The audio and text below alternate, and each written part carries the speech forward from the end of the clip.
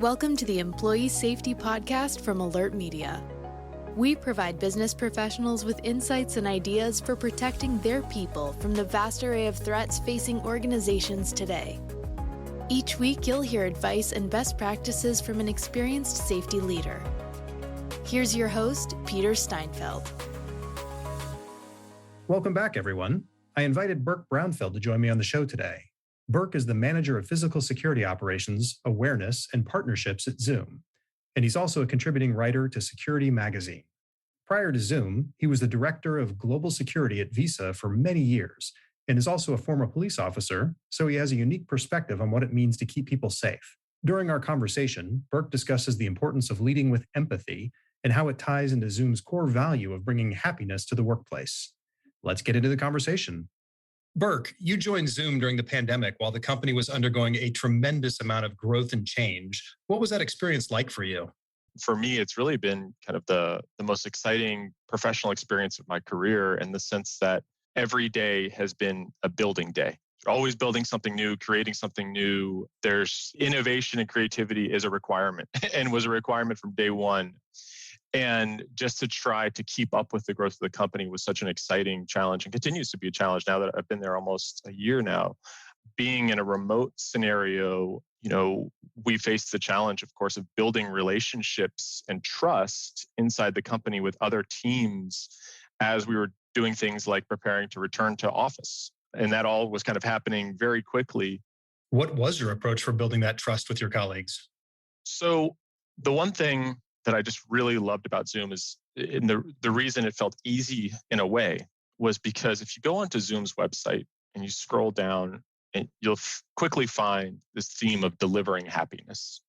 And even under the description of culture, it says delivering happiness.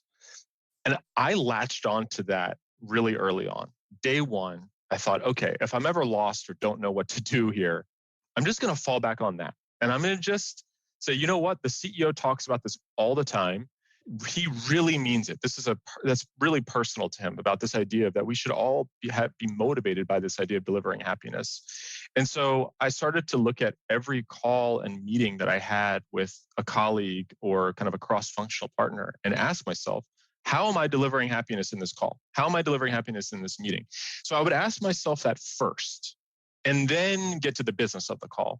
And I found that by taking that approach of really, embodying the desired culture that the company, of course, is putting out to the public, but also embodying that internally, and so that maybe not all customers are going to see that. They're not going to know about the, internal meetings I might be having, but I'm taking that seriously in a very inward way of saying, okay, I want to make sure that I'm also delivering happiness with my colleagues internally. And when you think about delivering happiness, it's all about the other person and not about you and your agenda. And that requires a lot of empathy. So in your opinion, why does empathy play such an important role in workplace dynamics? Empathy is such a foundational concept for building trust, respect, understanding of the other person. And hopefully, if both people are making this effort, you've got a really healthy relationship going. I started to sit down and study empathy and sort of try to deconstruct it. Empathy, in my opinion, is the effort of putting yourself in another person's shoes. And the reason I say the effort is because we'll never get there. We'll never really be in someone else's shoes. You'll never really understand what it's like to live another person's life. But the effort that we take to get there is the important part. That is the empathy part. And then I started to say, okay, well, what are some really basic building blocks and actions that people can take? And I was looking at it largely through the kind of corporate security safety lens, but I believe it's applicable really broadly. I mean, salespeople talk about empathy all the time as an effective sales technique, for example. But so I broke it down into several building blocks, and I won't list them all now, but some of the really important ones for me that I try to use on a daily basis as much as I can is, first of all, looking at the ideas of process is more important than outcome. Sometimes in security, we can be the bearer of bad news, right? Perhaps we're putting out a policy that restricts something. Or there's even moments where there might be a scenario where you're literally saying, excuse me, can you come here, please? You don't have your badge. Those sorts of interactions. Those can easily be negative interactions. And that's because we focus sometimes too much on the outcome. Oh, the outcome's bad, so this person's not going to like me. This person's, have an unfavorable view of security at the end. But what I found is if we actually focus much more on how we handle ourselves and how we communicate and how we treat people in those moments, that actually is what they walk away with. Then the other one that's really, really important for me is the importance of why. So many people, who listen to this have probably read Simon Sinek's Start With Why.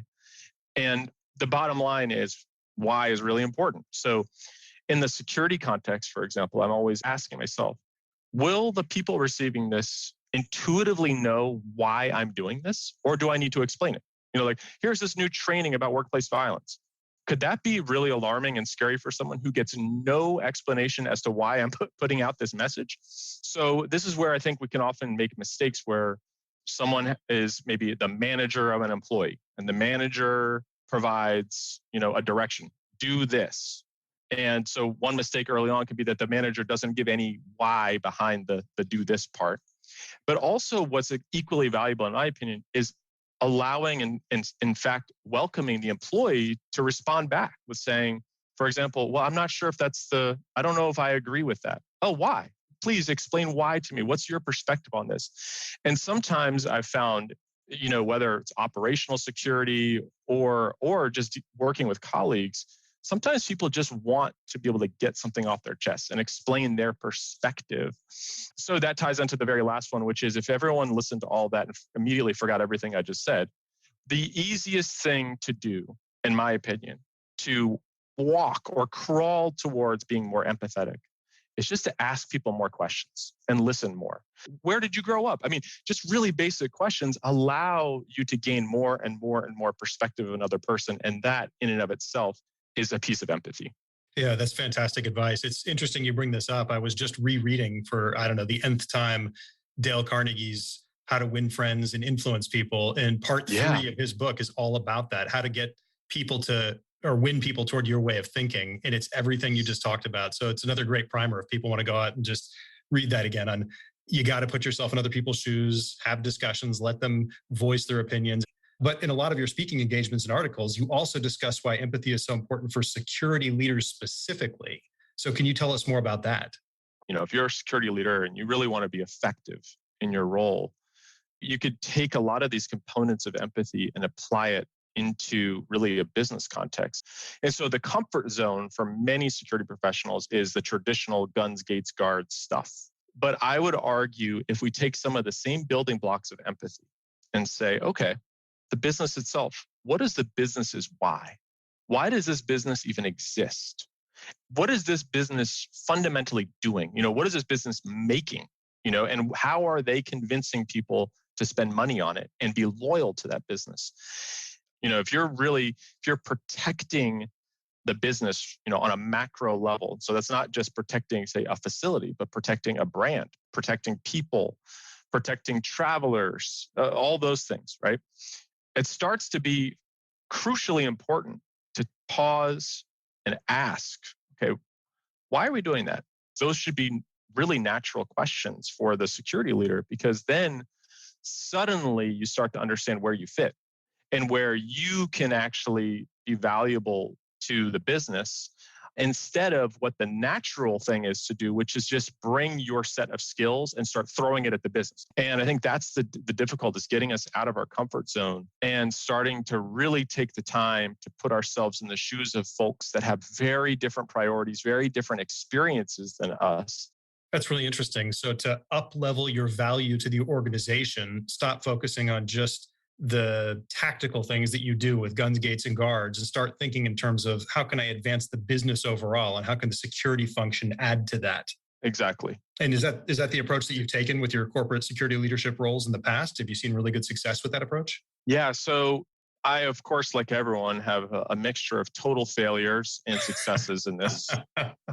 Let's let everyone learn from those failures. No. When I first left policing, my first job outside of policing was I worked for the Peace Corps. But I worked in the Peace Corps as a regional security officer covering South America and the Caribbean. The first challenge that I had was First of all the things I just said, I had no idea about any of that. I had no understanding of this idea of stepping out of my kind of more authoritative role as a police officer and now into more of a collaborative role of one piece of a much bigger pie. That was very foreign to me. And so one thing that I really learned early on at the Peace Corps, and that I'm always have this in the front of my mind now and in all of my jobs since, is this idea of, stop telling people no and start explaining how. And so what I found as an example in the Peace Corps was we were going to reopen the Colombia Peace Corps program in South America. It had previously closed because a volunteer had been kidnapped. So there were really serious security challenges in that country. And there was no question that there was definitely risk, going back there. And my gut reaction was what I'm telling people not to do, which was, no, I don't think we should do it.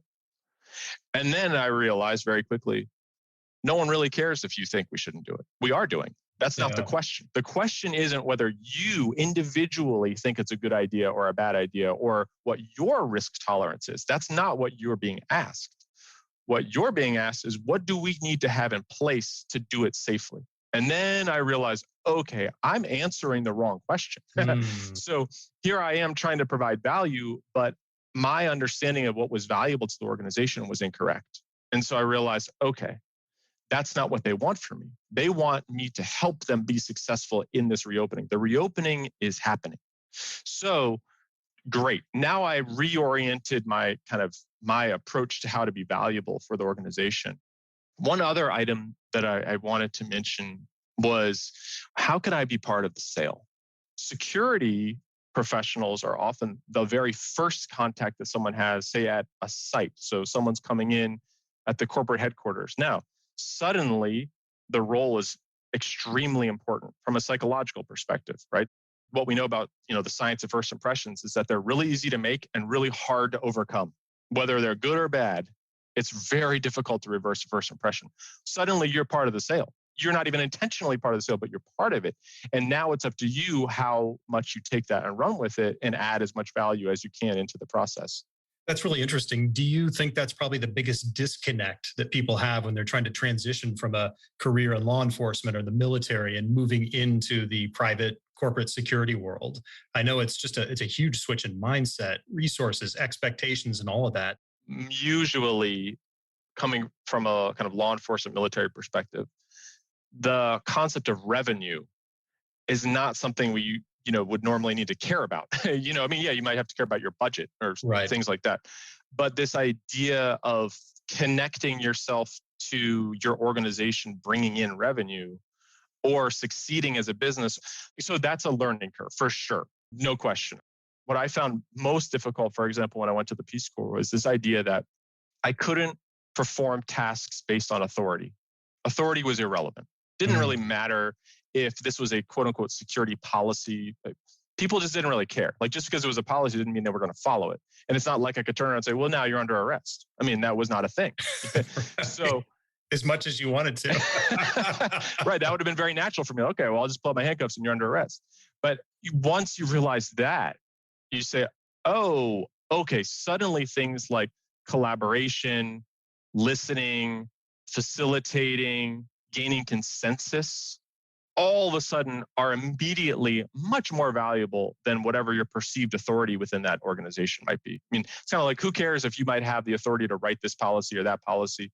If anyone follows it is the question. And the way you get people to follow it is all those other things. You got to get people to believe in it. You got to train them. You got to empower them. You've got to get them to feel like they're part of it. All those kind of things, which are not necessarily requirements in the previous life. Ultimately, the question of, am I going to be successful, will not ride on my authority. It's going to ride on how well I do these other things, which is, how empathetic am I? How good am I at building relationships? How good am I at asking the right questions, at listening, at gaining consensus and negotiating and maybe backing off of what my ideal version was, but taking into account 4 other people's input and then having a version that everyone believed in. All of those skills end up being so much more important. Well, that's fantastic advice. Was there ever a time at Zoom or any other point in your career where you had additional aha moments like you had at the Peace Corps that shaped how you think about corporate security or resilience in general? Yeah. So one of my favorite aha moments is, again, a failure. And it was when I was working at the Washington, D.C. metro system. And we were going through this big security upgrade of improving our perimeter fencing at certain key rail yards. It's beautiful, anti-cut, anti-climb fencing, very expensive, much taller than the old one, et cetera. And so we had it all installed. And I went there to sort of do the acceptance of the fence with the contractors and everything. And so we had these guard booths that our special police officers would stand in, and that's where they would see, vehicles coming and check people, those kind of things. And so I'm just standing there, my chest is puffed out. I'm proud. I'm excited. This is like beautiful product. And I walk up to the special police officer, and I turn to him, and I'm like, "Hey, what do you think of the new fence?" And I'm just assuming he's going to be like, it's amazing, And he kind of like is pausing, not really wanting to answer me. And I'm thinking like, he's got something like that he's, holding on to here. I'm like, what is it? And he's like, well, the thing is, I can't see the cars anymore when they come. And I'm like, what do you mean? So now I literally am like, hey, can I stand where you stand? So he moves aside and I stand where he normally stands for his shift. And I look out and all I see is an angle of a fence. And this new fence, the way the mesh was so tight that if you didn't look at it exactly head on, it looked like you're looking at a brick wall. You just can't see through it at all. So now what I had done was I had put in this brand new fence that was unbelievably expensive that so incapacitated this guy from being able to do his job. And really, it was all my fault. And the reason was I never took his perspective into account during the planning of this project. If I had gone and stood in his shoes for just 5 seconds and said, hey, tell me a little bit about what you do, then I would have immediately understood, oh, well, we can't put the fence there then. That's not going to work. And I really learned that lesson the hard way of saying, okay, I'm not asking the right questions at the right time of the right people. And that's what I need to start doing. But this asking questions of the right people is fundamental. And it also, I think this is more of a leadership question too, which is the higher we ascend, also the more distant we get from the direct operational moments of the work. And we can't forget that. We cannot ignore the fact that we aren't there doing it. And the only way to close that gap is by intentionally talking and listening and spending time with the people that are doing that work so that you're not completely blind. Oh, yeah. Sounds like it's a simple mathematical equation that successful outcome equals experience plus input, but we oftentimes let our ego get in the way of that input. Yeah, that's a great way to put it. I love that. Yes, absolutely. Very cool. Well, to wrap up our conversation today, do you have a favorite quote or a motto that can be applied to security or business resilience that you can share with our audience? So the quote is, "It is amazing what you can accomplish if you do not care who gets the credit." That's Harry Truman said that. But that has really allowed me to put my ego in check, which I think all of us, every human struggles with this idea of, is my ego getting in the way of success or getting in the way of a positive outcome? And sometimes egos really are preventing a successful outcome. And some of us are less honest with ourselves than others about that topic. But for me, once I really took that quote to heart, it allowed me to let go of my ego-driven kind of desires, right? Where if you say, oh, I want the spotlight for this, or I want my name to be on this document. Well, suddenly now it's more about you and less about the impact that you could have. But if you reverse it, this is where I try to take this quote seriously. I try to be much more focused now on being impact driven. What is the way that I can have the highest impact on whatever I'm doing? And if that means I'm behind the scenes, or if that means I'm in the front, for me, that doesn't matter because it's really driven by what's going to be the most impactful. So in the security context, sometimes that might mean, maybe the CEO, this is a great thing. If you've built enough trust and credibility with your C-suite, and the CEO goes to you and says, hey, I would like a statement on what I can say about, safety in the workplace. And you say, no problem. And you write up 4 sentences and they're beautiful. And then the CEO puts it on their LinkedIn page or puts it on a company-wide message, and it's their words. Your ego will bother you about it maybe, but ultimately you had impact. You impacted what the message was from the CEO. That's awesome. That's really cool. That is success. Well, Burke, we really appreciate you joining us on the show today. I know our audience learned a lot from it. I did as well. So thank you for taking the time. Thank you so much. It was a real pleasure. If any of our listeners would like to connect with you out there or read some of your work, how can they do that? Yeah, I'm very active on LinkedIn, and I usually have my articles for Security Magazine and other articles right there on my profile. That's probably the best way. Okay, fantastic. Well, thanks again to Burke and all of you for joining us on the Employee Safety Podcast. We invite you to subscribe to future episodes at Alert Media's website or on your favorite podcast player. We'd also appreciate you giving us a rating on Apple Podcasts or Spotify. Have a safe week, everyone. Thank you for listening to the Employee Safety Podcast from Alert Media, the industry's most intuitive emergency communication and threat intelligence solution. To learn more about how to protect your people and business during critical events, visit alertmedia.com. Until next time.